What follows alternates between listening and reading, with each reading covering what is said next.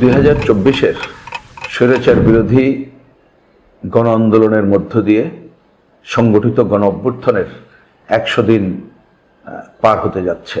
এই পুরো আন্দোলনে জুলাই আগস্ট মাস জুড়ে যে আন্দোলনে যারা নিহত হয়েছে তাদের প্রতি শ্রদ্ধা জানাচ্ছি। যারা আহত হয়েছে তাদের আগামী দিনে সুস্বাস্থ্য এবং আগামীতে পুনর্বাসন করে যাতে ভালো একটা জীবন ফিরে পায় তার জন্য আমি আমার প্রত্যাশা ব্যক্ত করছি। এটা তো খুবই দুঃখের সাথে বলতে হচ্ছে যে আমরা 100 দিন পার করছি, কিন্তু আহতরা এখনো সুচিকিৎসা পায়নি। তারা তাদের পুনর্বাসনের খবর নিজেরা জানে না। তারা ক্ষুব্ধ হচ্ছে, রাত জেগে রাস্তায় বিক্ষোভ করছে এবং উপদেষ্টাদের কাছে ধর্ণা দিচ্ছে। সুতরাং আমি প্রত্যাশা করব যে আমাদের মনে রাখতে হবে যারা নিহত হয়েছে, যারা আহত হয়েছে তাদের এই আত্মদানই হচ্ছে অন্যতম গৌরবের। সুতরাং নিহতদের সম্মান জানানো, তাদের পরিবারের পুনর্বাসন, আহতদের সুচিকিৎসা এবং তাদের পুনর্বাসনের ব্যাপারে রাষ্ট্র সুনির্দিষ্ট দায়িত্ব পালন করবে এবং দেশবাসী জানতে পারবে। 100 দিনের মধ্যে এই কাজের ব্যাপারে স্বচ্ছতা না করতে পারাও এই সরকারের ব্যর্থতা হিসাবে চিহ্নিত হওয়াটাই খুবই স্বাভাবিক বলে আমি মনে করি। ছাত্র, তরুণ, শ্রমজীবী মানুষ তারা গুলির মুখে দাঁড়িয়েই এই স্বৈরাচারের পতন নিশ্চিত করে। তার মধ্য দিয়ে একটা অন্তর্বর্তীকালীন সরকার গঠিত হয়। আমরা শুরুতেই বলেছিলাম যে এই অন্তর্বর্তীকালীন সরকার গঠনের ক্ষেত্রে আমাদের সাথে কথা না বললেও যেহেতু গণ অভ্যুত্থানের মধ্য দিয়ে গঠিত, আমরা তাদের প্রতি আমাদের সমর্থন ব্যক্ত করছি এবং আমরা প্রত্যাশা করছি তারা তাদের প্রধান দায়িত্ব পালন করে ঘরে ফিরে যাবে।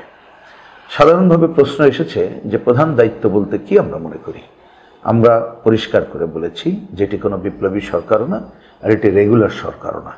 সুতরাং তাদের অন্যতম প্রধান কাজ হবে অতীতের অন্তর্বর্তীকালীন সরকারের থেকে একটু বেশি। একটু বেশি কেন বললাম? অতীতের অন্তর্বর্তীকালীন সরকার প্রধানত 90 দিনের মতো একটা নির্বাচনের ব্যবস্থা করত, কিন্তু এই বিগত সময়ে আমাদের অনেকগুলো ব্যবস্থা একেবারে ভেঙে পড়েছে। সরকারি প্রতিষ্ঠান ভেঙে পড়েছে, অর্থনীতি ভঙ্গুর হয়ে গেছে, নির্বাচন ব্যবস্থা একেবারেই ধ্বংস হয়ে গেছে।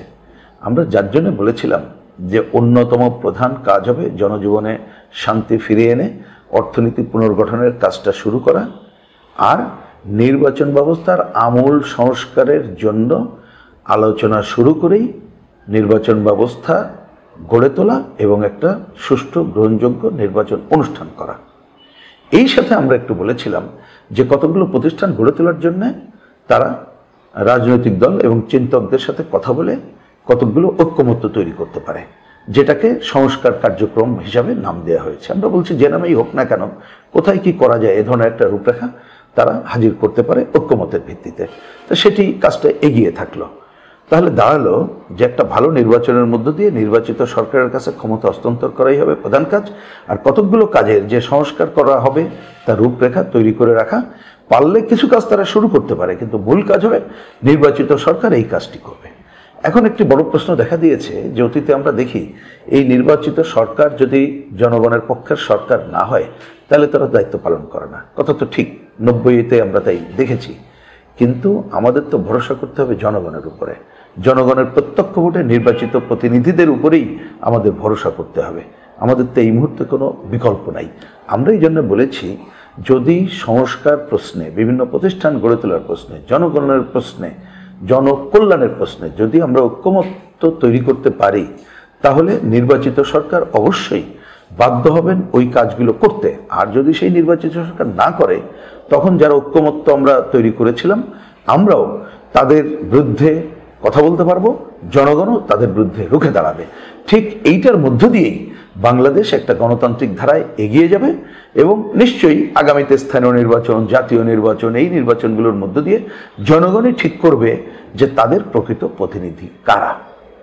আমি কমিউনিস্ট পার্টির পক্ষ থেকে পরিষ্কার করে বলতে চাই, এর বাইরে এই সরকার যদি কালক্ষেপণের চেষ্টা করেন তাহলে আমরা দেখতে পাবো যে হয়তো আসল উদ্দেশ্য ব্যাহত হতে পারে।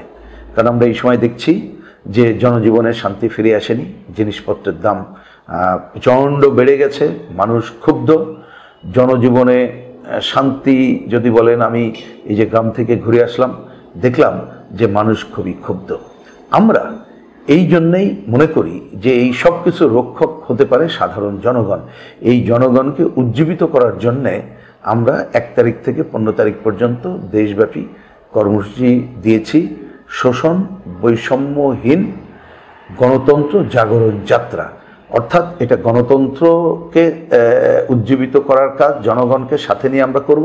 একই সাথে আমাদের কমিউনিস্টদের যে লক্ষ্য প্রথম দিন থেকে আমরা ঘোষণা করে এসেছি, একটা শোষণমুক্ত সমাজ প্রতিষ্ঠা, মুক্ত বনামের মুক্ত সমাজ প্রতিষ্ঠা, সেই কাজটি করার দিকে আমরা আগাচ্ছি।